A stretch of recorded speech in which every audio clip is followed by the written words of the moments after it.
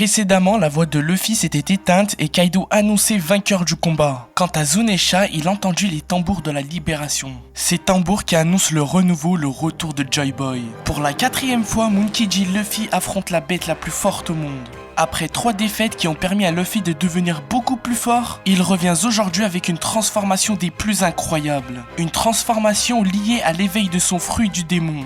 Un Zoan mythique, le fruit de l'humain, Ito Itonomi modèle Nika. Yo tout le monde, c'est Orazer, on se retrouve aujourd'hui pour une nouvelle vidéo. Le chapitre 1044 est sorti et comment vous dire que c'est une masterclass. Ce chapitre reprend directement à la suite du précédent où Luffy est souriant. Ce dernier se demande ce qui se passe, comment il peut tenir debout et s'éclater alors qu'il vient de perdre. Momonosuke dit à Yamato que Zunesha lui a dit que Luffy était Joy Boy. Joy Boy, qu'est-ce que c'est réellement ? Joy Boy signifiant garçon joyeux qui décrit l'état actuel de Luffy face à Kaido. C'est un titre qu'aurait porté autrefois lors du siècle oublié le compagnon de Zunesha. Cela remonte donc à 800 ans et qu'entre-temps personne n'a pu devenir Joy Boy. C'est pour cela qu'au chapitre 1014, Kaido dit alors toi non plus tu n'auras pas pu devenir Joy Boy. De là on a compris que Joy Boy est un titre donné et non le nom du mystérieux compagnon de Zunesha. Kaido a indirectement fait comprendre que lui-même ou alors une autre personne a également pas pu le devenir.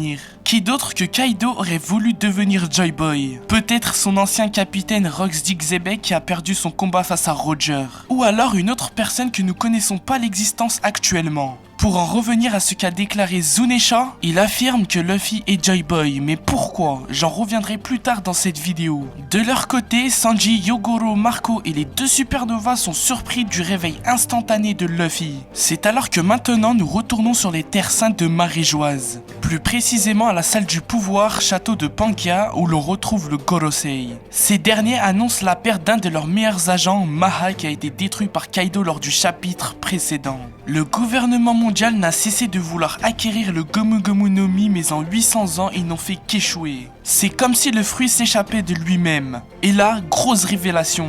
Le Gomu Gomu no Mi n'est en réalité pas le nom du fruit de Luffy. C'est le Ito Itonomi modèle Nika. Le Gorosei ajoute que chaque fruit de type Zoan possède une volonté propre. Et que celui de Luffy incarne celle du dieu du soleil, Nika. Tout à l'heure, je vous évoquais le fait que Luffy soit Joy Boy comme l'affirme Zunesha. Nika et Joy Boy, pour moi c'est la même personne. L'être qu'il y a 900 ans fit une promesse au peuple des hommes poissons. Mais il n'a pas pu la respecter, du coup sa lettre d'excuse a été inscrite un siècle plus tard sur un poneglyphe. Un poneglyphe qui est maintenant présent sur l'île des hommes poissons. Être Joy Boy, c'est incarner la volonté de Nika, le guerrier de la libération à travers le Ito Itonomi. Ce fruit, une fois éveillé, procure à l'utilisateur un corps avec les propriétés du caoutchouc sans limite. C'est pour ça qu'on dit que c'est le pouvoir le plus ridicule du monde par-delà sa liberté. Passons maintenant au 2e étage du château où l'on retrouve Hiyori face à Orochi immobilisé par les clous en granit marin. Ce dernier essaye de s'en sortir du mieux qu'il peut. Il remet la faute sur Kaido qui se servait de lui et qu'en réalité il admirait Oden.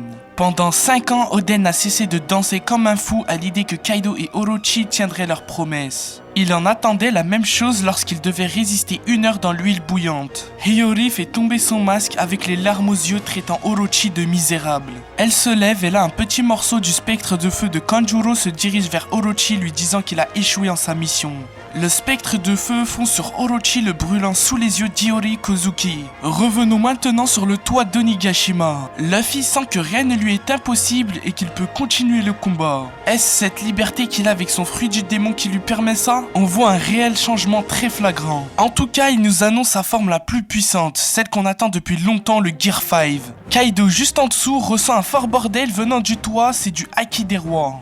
D'un coup, la main immense de Luffy surgit et attrape brutalement Kaido pour le ramener sur le toit. Il le fait tourner tel une toupie et l'écrase contre le sol. Kaido se relève et attaque de son Boro Breath Luffy qui bloquera facilement de son caoutchouc qui l'extirpe du sol.